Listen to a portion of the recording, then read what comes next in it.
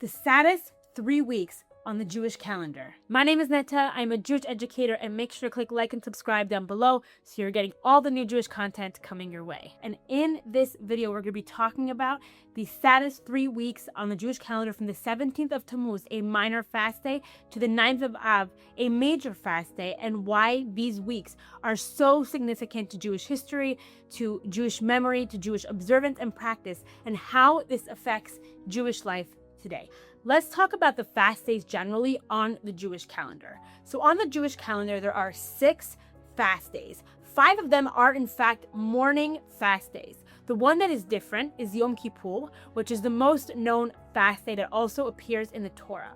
Unlike the other 5 fast days that are really mourning and sad and associated with those feelings, Yom Kippur was actually considered a holiday in the Torah. And while it is also solemn and serious, because it is the Day of Atonement and we believe that our fates for the upcoming year are sealed on this day, we actually consider our practices of fasting coming from the fact that we are elevating ourselves spiritually, connecting more to God, to the angels, and distancing ourselves from our humanly needs. So that is one Yom Kippur. Then another fast day that is somewhat different from the other 5 is the fast of Esther, which, although it is mourning in some way and has a feeling of solemnness, is associated directly with the holiday of Purim.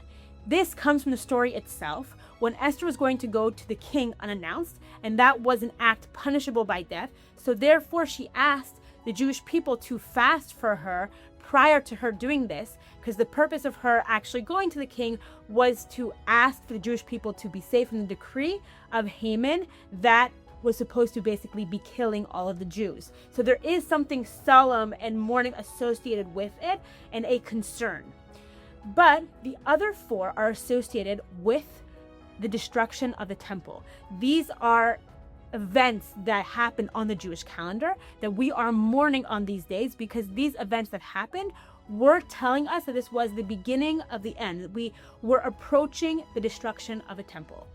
And why is this such a big deal? Why do we have 4 fast days, 2/3 of our fast days, that are about the destruction of the temple? Well, for a large portion of our history, and especially in our written sources of the Torah, and then also afterwards when we have interpretation and expansion of these sources, all our worship is centered around the temple. We have the goal of going from in Egypt as Israelites, going from Egypt towards Israel to the house that God has chosen for us, to the temple that we are going to be worshiping him. All the work of the priests and the Israelites, who were mostly agricultural people, would bring sacrifices of animals and first fruits to the temple. This was the way we worshiped God and had a connection, and also the way that we expressed that connection. And most of our service and our religious worship was surrounding the temple. We can see that through our sources and also through our prayers and liturgy as well. Nowadays, we have various moments throughout our history where we basically say that we are not whole, that we are hoping for Messiah, we are hoping for a rebuilt Jerusalem. And all of that is focusing on the fact that observant Jews basically are hoping for the moment and day when the temple will be rebuilt once again, and we can return to the temple worship that we were doing originally as Jewish people. So because of that, we have an additional 4 fast days that are commemorating and mourning the loss of the temple. The first one is called Tzom Gedalia, on the 3rd day of Tishrei, and that marks the day that the last Judean leader, Gedalia ben Achikam, was murdered. This is during the time of the first temple, and his murder and death marked the end of Judean leadership. And that was the beginning of the end of the destruction of the first temple that happened in minus 586 and marked the destruction and ending of the Jewish worship of the temple at the time. The second one is called the 10th of Tevet, that happens on exactly the 10th of Tevet. And this is when the siege on Jerusalem began, 8 months prior to the destruction of the temple for the first temple. This also marked the beginning of the end, because once the siege was around Jerusalem, people who were within the city were essentially stuck, and many people died of poverty, of starvation, and it was a major issue in order to be getting in or out and surviving under these conditions. So once the siege began, it really was the beginning of the end. Then the 3 weeks that we are approaching start with the fast of the 17th of Tammuz, which is when the walls of Jerusalem were broken down. This is during the Second Temple. 3 weeks before the destruction of the temple, the walls were broken.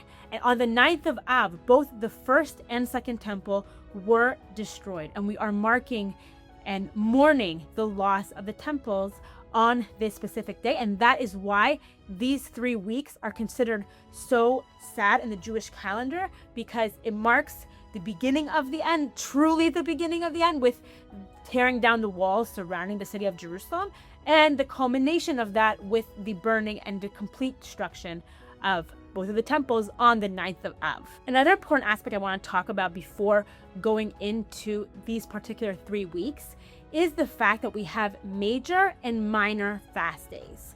Tisha B'Av and Yom Kippur are the only major fast days, and the other 4 are minor fast days. I'll get to the major fast days in a second.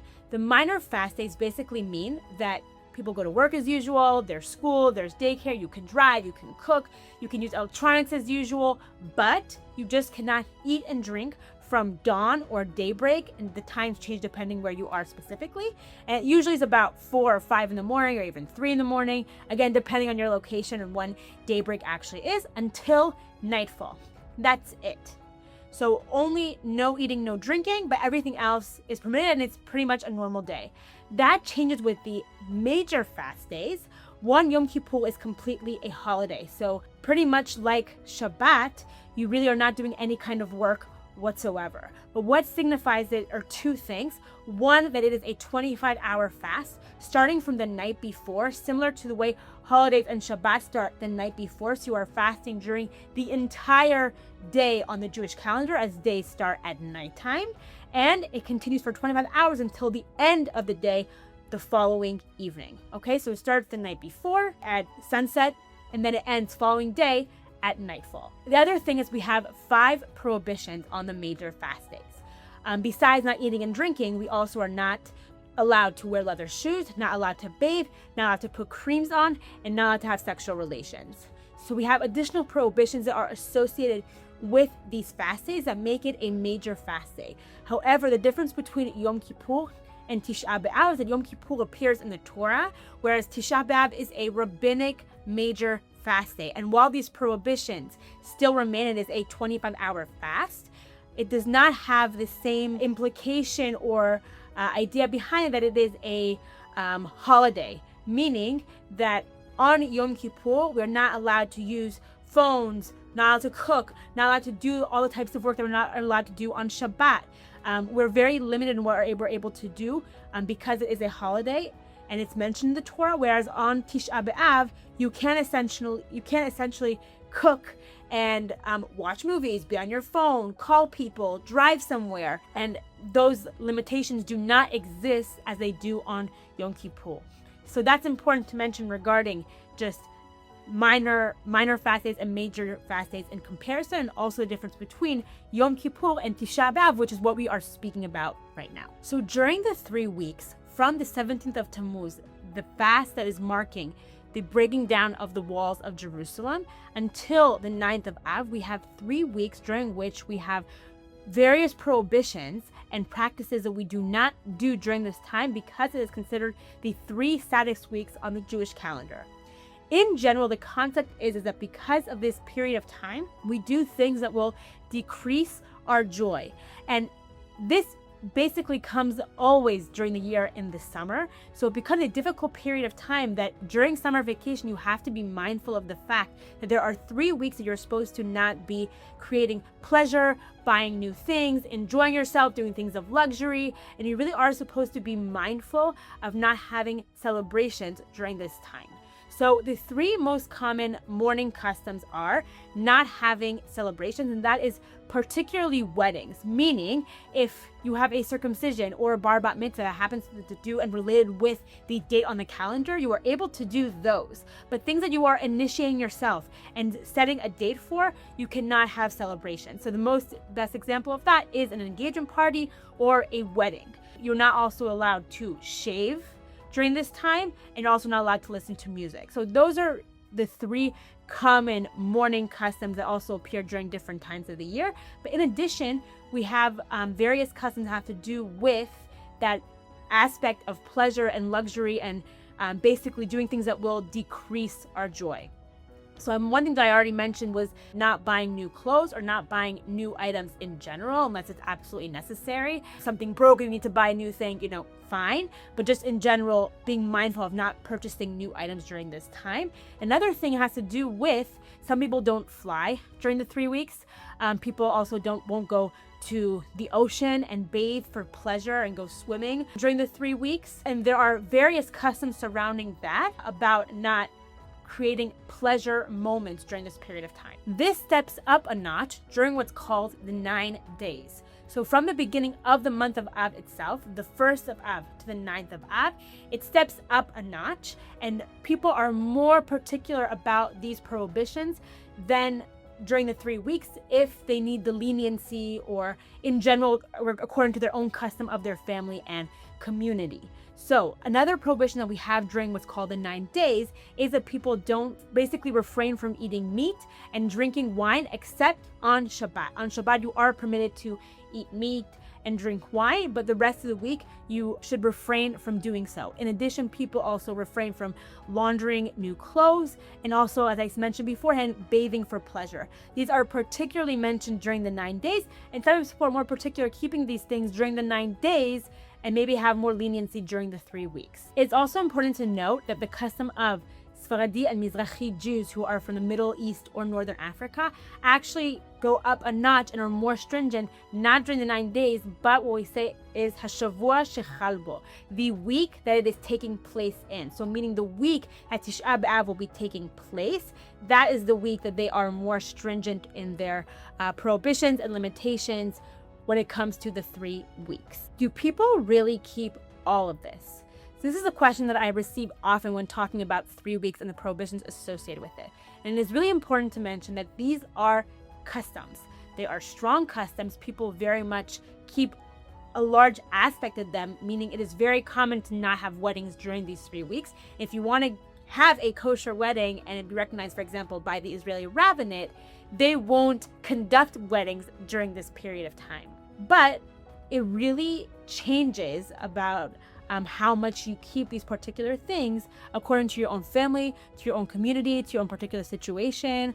I know people who have had to fly for various reasons, and we've had to do it ourselves in certain situations, and we are mindful of the 3 weeks, and we really try to avoid it in general, but at the same time, there is no ultimate prohibition, like for example with Shabbat and Yom Kippur, that it's a very obvious yes, no, you can or cannot do this. There's a lot of room to really discuss further your own particular situation and your needs. So I always recommend discussing further with your rabbi and also consulting with your own rabbi because of your own community customs and what is particularly common with you and your family. And at the same time, this is the spectrum of different observances and prohibitions and limitations that the 3 weeks have and important to be aware of. Another question I constantly get is actually, how can we connect to these 3 weeks and this mourning period of time?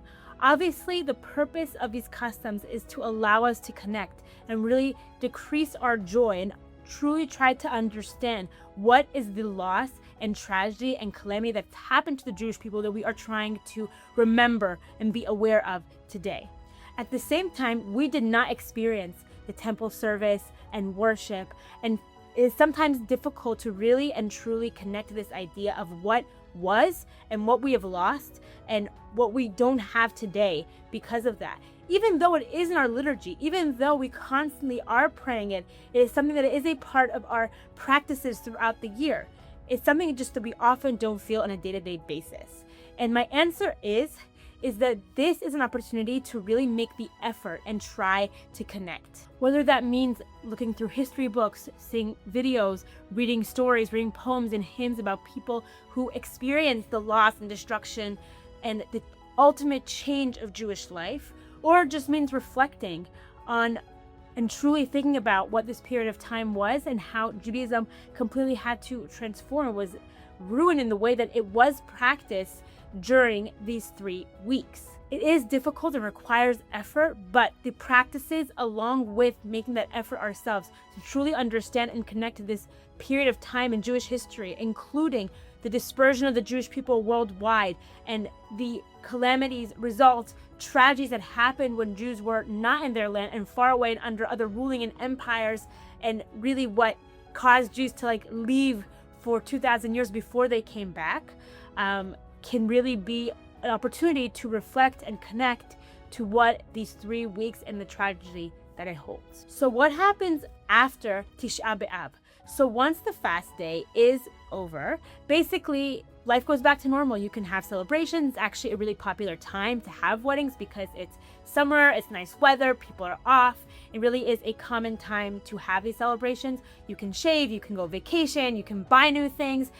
In fact, it really is a celebratory period of time afterwards that people really make an effort to increase their joy after this period of time has ended. I will add that some people have a custom that the following day they will not consume meat or have wine until 12 p.m. the following day, giving some respect and time until the fast is officially finished and that we've actually transitioned to the next day, but at midday officially, but that is a custom. It really is afterwards a time of celebration, of increasing joy towards the end of the Jewish New Year and towards the beginning of the new one. If you like this video and learned something new, feel free to leave a comment below and click like and subscribe to make sure you're getting all the new Jewish content coming your way.